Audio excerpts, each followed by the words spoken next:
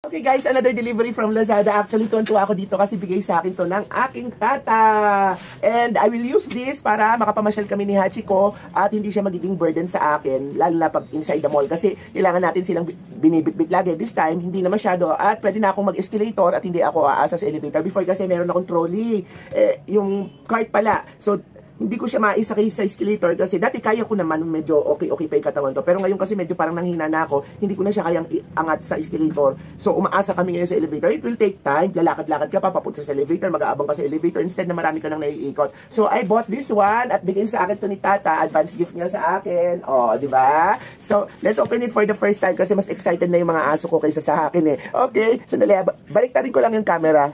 Naku, ang kulit-kulit ng dalawang to. So, open na natin siya, ha. I'll do a quick opening lang kasi, ay, laki-laki niya. Pero hindi naman siya ganun. Parang, alam niyo yung malit na maletang pambiyahe, parang ganun. Yun lang yung size niya. Itong dalawang to, ang kukulit, ang lilikot. At tingnan niyo, oh, yan, oh. Yan, oh, di ba? Ayoko sirain yung resibo kasi gusto pa makita ni Tata yan. Wait lang. Ay, excited much na, ha? Tutube. Oh, sasakay din kita dito, ha? Ayan. Oh, diba? Pause ko muna to, tapos open natin, ha? Ayan, nabalatan na siya. Yay! Ching! O, sige, play na kayo dyan. Hindi yung ako ang iniistorbo nyo. Kayo talaga. Ano kaya to? Parang dito siya sa tagiliran. Ayan, it seems like ganito siya, no? Ito kasi sticker niya. So, open natin siya for the first time. Alam niyo, makapal-kapal naman yung karton niya. So, hindi ako masyado nag-aalala na baka mabasag siya or what. Kasi, very sturdy yung karton. Parang, ewan ko, industrial box ata to or what. Ayun, oh, double. Ayan, oh, tingnan niyo, oh, double siya. So, eto na siya. Nakikita niyo na, ay, wrong item, shucks. Wrong item ang binigay sa akin. Kakaasar. Alam niyo, ang binili ko kasi, yung ano, yung clear. All clear. Ang binigay sa akin, may green na ganito. Ay, wrong item. I have to return this one. Naku po, Diyos ko dahil, magre-return pa ako. But anyway, review na rin natin. This is wrong item, no? Ang order ko talaga is everything clear. Okay? Pero ang pinadala nila sa akin is yung may green na ganito, which is ayoko. Gusto ko yung lahat clear. Parang kitang-kita ko naman yung doggy-doggy ko. Pero I have to ask Tata if pwede na rin naman yung ganito so that magkaroon din naman siya ng decision. Anyway, matibay din naman kasi yung ito, oh. Mas matibay to kaysa sa clear. Pero I need to verify Tata kung gusto niya na rin to. Kasi yung clear kasi medyo, alam niyo na, syempre mas malutong yan. Pero ganito siya kalaki, guys, oh. Ayan. Ay! Pero the good thing is parang meron siyang mga extra something sa loob, no? Pero hindi kasi ito ang order ko. Ang order ko all clear. Pero ang dumating is yung may green. Ewan ko kung mare-return ko pa to. Pero hindi ko type, hindi ko gusto to. Ang gusto ko talaga yung everything clear. Ayan siya. So, parang ayoko siyang balatan kasi isosoli ko pa to. Dahil hindi nga ito ang order ko. At i-GGNT ko to. Ayan. Ayan na siya, oh. Oh, excited na yung dalawa kasi. Ayan, oh, makikita nyo, excited na sila. Curious. Pero pag sinabi ni Tata na okay na to, hindi ko na to isosoli. Pero sa akin kasi mas gusto ko talaga yung all clear. Kasi gusto ko nakikita ko si Hachiko from the inside out. Kung ano yung pumupupo na ba siya or what. This one, hindi ko siya masyadong makikita kasi may something na may kulay sa likod. Kaya I will try my best. Tingnan ko. I will return this one. Pero maganda siya, guys. Don't get me wrong. Ang ganda niya. Hindi siya pangit. Maganda siya. Tapos meron siyang ganito. Tapos meron siyang pang backpack. Oh. Nireview na rin natin eh. Pero isosoli ko to. Ayoko nito. Hindi ko gusto to.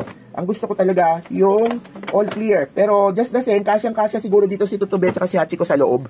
Kasyang-kasya. Tapos may zipper siya dito. Ang gusto ko kasi din dito is may zipper siya dito sa, ayan, sa harap. Ganyan. Yan. Yan. Gusto kong ganyan, di ba? Tapos, ito gusto ko to. Ito, oh. Yan. Nagiging luggage bag siya to the point na pwede natin siyang kalad-karin na ganyan sa escalator or pwede ko rin siyang i-backpack just in case gusto kong, teka, may iangat pa ba to? Wala na, yan na talaga siya. So, pwede ko siyang i-backpack dahil meron siya dito lagayan ng pang-backpack. Tapos, pwede ko rin siyang i-hand carry na ganito pag aakyat ako ng escalator. At least, wala na akong worry na baka makaladkad ako or what. Kasi dati yung trolley, yung cart type ko, nahihirapan talaga ako ilagay sa elevator talaga. Alam niyo namang napakalalayo ng mga elevator sa mga mall. But anyway guys, I'm a bit disappointed kasi hindi ko nakuha yung gusto kong item. Pero I will try my best, isosoli ko to. And then, tingnan natin kung papalitan or i-refund nila. Okay guys, maraming salamat. Balikan ko kayo ha. Balitaan ko kayo kung sakasakaling maisoli ko or what. If you like this kind of video na nagre-review ang Lola ng mga items na para sa kanyang fur baby at saka fur baby ni Tata, please do like, share, guys, subscribe to your Lola's channel and hit that, tuntua sila, oh. Tuntua sila dun sa plastic. Hit that notification button just in case bigyan ko kayo ng update kung anong sasabihin sa akin ng seller. Dahil this cost me almost 2,000 din ha, kaya kailangan isoli talaga. Hindi kasi ito yung desired item ko. Iba ang desired item ko. Itong mga seller na to, oo, basta may maibigay lang kahit wala nang stock, di ba? Pero nakalagay doon 5 pieces still na may stock pa. Ewan ko, siguro ginaw nila ito. But anyway, okay, maraming salamat sa inyo. And kung kayo nasa ibang platform, it's still your Lola with an H, L-O-L-A-H, Bong Lim here saying na, ay, naku, Diyos ko, palpak itong order na to. Okay, thank you. Okay guys, so napag-desisyon na namin ni ate after yung pinag-isipan namin kung ano ba yung advantage ng hindi clear yung likod at saka kung clear yung likod. So tinignan namin siya, so napag-decide namin na hindi ko na siya isosoli. Ito siya guys, so look at that. Oh, di ba ang ganda rin naman? So hindi rin naman pala masyadong nakakasagabal tong likod. And the mere fact na parang fiber tong likod. Pagka na-imagine namin natin na kapag clear din yung likod, tapos kakalad ka rin mo siya, so most probably, laging magagasgasan yung likod or mas madaling mabibiyak yung likod. So since fiber siya, so napag-decide na namin ni Tata na kunin ko na lang to at okay na to para sa amin dalawa ni Hachiko. So eto siya guys, so kaya nagustuhan ko siya kasi pwede siyang i-backpack. So kapag halimbawa may emergency, di ba? Tapos kailangan mo yung dalawang kamay mo. Tapos magtatatakbo ka, syempre, di ba? Lulusog mga zombie. Charot! Di pwedeng dalhin mo dito sa harapan mo si Hachiko. At least magagamit ko pa yung dalawang kamay ko. At the same time, kapag ka naman wala namang emergency, charot lang ha. Wala namang emergency, di ba? Pwede kong, alam niyo naman Lola, may arthritis, di ba? O so alam niyo na. Teka, ayaw. Pwede ko siyang, yan, galad ka rin. Kasi ano siya, stroller siya. So, pwede ko na rin siyang nakita ko yung pagkakagawa sa loob, guys. Maganda yung gulong niya. Maganda. Pakita ko sa inyo, ha. Kasi in-depth review na to dahil itutuloy ko na to at hindi ko na to isosoli. Okay? Pakita ko sa inyo yung loob.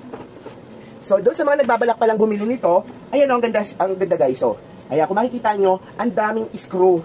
Naka-screw talaga itong wheel na to sa pinakalooban. Ilan yan, no? Tingnan nyo, 1, 2, 3, 4, 5 screw. Tapos, dito sa clear, makikita nyo kung anong klaseng gulong siya. Ayan o. Diba? Ang ganda. Makapal siya yung gulong. Ayan o, makikita nyo. Ayan o. Diba? Ang daming parang criss-cross na gano'n, which is pampatibay yan. So, actually, maaasahan ko rin ito sa aking pagpipilay-pilay. Tapos bakal, guys, yung pinakasundutan ng pinaka-wheel niya. Ayun o, bakal. Ang hirap kasing ilapit sa camera. Pero try ko ha. Ayun o, kung mapapansin nyo, bakal yung pinakasundutan ng pinakagulong niya. So, para siya talagang, alam niyo yung mga office chair, ganun ang datingan niya. And since kailangan ko siyang kinakaladkad dahil minsan gagawin ko itong parang baston ko na, which is alam ko naman na matibay siya kasi alam niyo kung bakit. Tingnan niyo, hanggang ibaba yung bakal niya. Diba? Hanggang dyan sa baba. So, suportado talaga lahat. So, pwede ko itong magamit as a means. So, diba, minsan napipilay-pilay ako dahil pagka may rayuma ako kapag may arthritis ako, pwede ko na rin siyang maaasahan as a means na parang walker ko. Hindi na ako magdadala nito, Hindi na ako magdadala nito, di ba? Eto na lang, dalawa na lang kami ni Hachiko. At the same time, since alam ko nang matibay siya, pwede kong, instead na ilagay ko sa shoulder ko yung bag ko, pwede ko nang ipatong na lang dito sa kanya. Lalagyan ko na lang ito ng konting support na tela dito para hindi, ewan ko kung magagasgasan to kasi kung makikita yung texture, parang hindi naman siya gasgasin, no? Parang mas magagasgasan pa yung bag ko. So, napa-okay din na ito ang nakuha ko instead na yung all clear. Kasi kung yung all clear, so mantak isipin ko, siguro, pag nilalagay ko yung mga items sa ibabaw, yung bag ko, malamang gasgasado na yon. Kasi ito, medyo sensitive Kunting maanong siya, may tendency talagang magasgas. Since nasa harap lang siya, hindi siya gasgasin. Dahil ang magsusupport naman sa kanya, itong likod. So kung nagbabalak kayong bumili, tingnan nyo na yung mga pros and cons. Ngayon, ika-cancel ko na yung yung return refund ko. Kasi okay naman at pala ito, sabi ni ate. At saka kapag winuwalk mo siya, teka ha, pakita ko sa inyo. Ayan o. So makikita, mas malawak kasi yung clear kaysa sa green na to.